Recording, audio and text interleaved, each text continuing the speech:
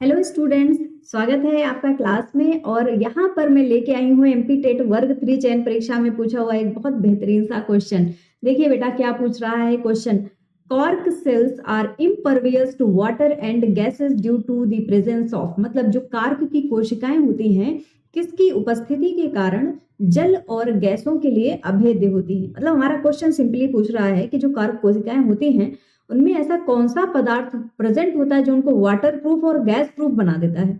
तो यहाँ पर अगर करेक्ट ऑप्शन की बात करें बेटा, तो करेक्ट ऑप्शन है हमारा option number A, that is suberin. Suberin नाम का एक पदार्थ होता है जिसकी उपस्थिति के कारण जो कॉर्क की सेल्स होती हैं या कॉर्क कोशिकाएं होती हैं वो बेटा जल और गैसेस के लिए अभेद्य हो जाती हैं। सुबेरिन की अगर मैं बात करूं कि ये सुबेरिन है क्या, चलो थोड़ी सी इंफॉर्मेशन इसके लिए हम गैदर कर लेते हैं ताकि हमारे आने वाले एग्जाम में काम आ सके। तो बेटा सुबेरिन है, ये एक मोम जैसा पदार्थ है, मोम। अच्छा अब ये बताओ, आपने कोई भी सरफेस लिया और इसके ऊपर मोम की एक लेयर बिछा दी, क्या इस पे पानी पास करेगा? नहीं बेटा, पानी पास ही नहीं कर पाएगा। तो ऐसे ही प्लांट्स में होती है, उनकी बाहरी सुरक्षात्मक जो कवर होती है वहां पर सुबेरिन लग जाता है और ये क्या करता है, ये जो बाहर की एपिडर्मिस है वहां से जल को या फिर गैसेस को पार नहीं करने देता है। तो सुबेरिन एक बहुत इंपॉर्टेंट है। इसके अलावा बच्चों होता क्या है, जो कॉर्क की सेल्स होती हैं, बेसिकली जो कॉर्क सेल्स हैं बाहर की सेल्स होती हैं, इनकी बाहरी जो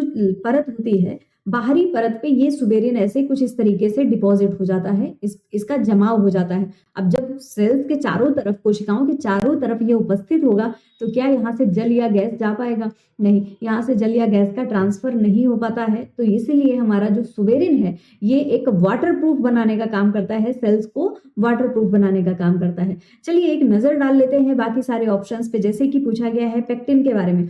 पेक्टिन बेटा मिडिल लैमिला का एक पार्ट होता है। आप सभी ने सेल्स का स्ट्रक्चर पढ़ा होगा ना, इस तरीके से इनके बीच में प्रेजेंट होती है मिडिल लैमिला। तो ये जो मिडिल लैमिला होती है, मिडिल लैमिला या मिडिल लेयर का काम करती है ये जो हमारी पेक्टिन होती है।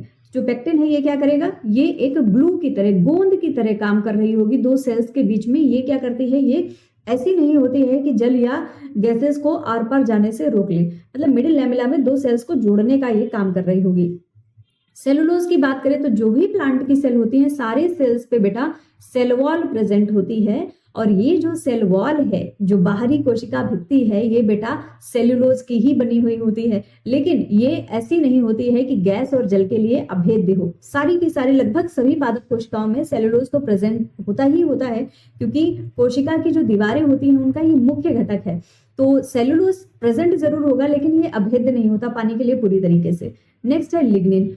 तो बेटा लिग्निन की बात करें तो जो जाइलम होता है, जाइलम है, आपने जाइलम पढ़ा होगा, स्क्लेरन काइमा के बारे में पढ़ा होगा। स्क्लेरन काइमा जो होते हैं इनमें हमें लिग्निन का डिपोजिशन देखने को मिलता है, इनकी कोशिकाओं में लिग्निन प्रेजेंट होता है। इसका काम होता है मजबूती प्रदान करना। जो पौधा है उस पौधे को, पौधा नहीं हम बोलते, उसको प्लांट ही बोलना पड़ेगा, तो जो प्लांट है उसको मजबूती प्रदान करने का काम करेगा लिग्निन। लिग्निन जल और गैसेस के लिए अभेद्य नहीं होता, मुख्य जो होता है वो सुबेरिन ही होता है। तो उम्मीद करती हूँ आपको क्लियर हुआ होगा ये क्वेश्चन बहुत बेहतर तरीके से बेटा। और हमारे सारे बैचेस स्टार्ट हो चुके हैं, तो आपको जो भी एग्जाम की प्रिपरेशन करनी है आप हमारी टीम के साथ में फटाफट से बैचेस को ज्वाइन कर लीजिए। और मुलाकात करते हैं आपसे नेक्स्ट क्लास में। तब तक के लिए ये जरूर बताइए आपको कितना समझ में आया और कैसा लगा आज का सेशन। Thank you everyone.